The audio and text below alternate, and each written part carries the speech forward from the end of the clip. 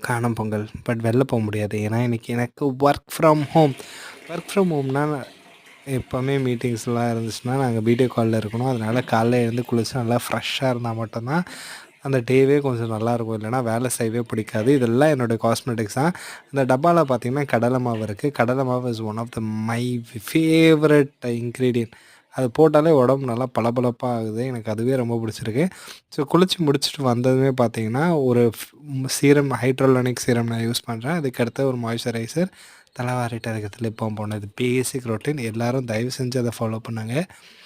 நேத்து மிச்சம் மீதி இருந்த இந்த மாட்டு பொங்கல் அப்போ செஞ்சது. நான் நான்வெஜ் நேத்து சாப்பிட்டதுனால இன்னைக்கு எல்லாத்தையும் ஒரு கட்டு கட்டிட்டேன். வேற லெவல்ல இருந்துச்சு. நீங்கலாம் என்ன சாப்பிட்டீங்கன்னுட்டு மறக்காம கீழ கமெண்ட் பண்ணுங்க. ஸோ எண்ட் ஆஃப் த டே வெளிலயும் போயிட்டு காணும் பொங்கலுக்கு ஏதாச்சும் பண்ணணும்னு சொல்லிட்டு வெளில கடைக்கும் போயிட்டு வந்தாச்சு. That's all my day looks.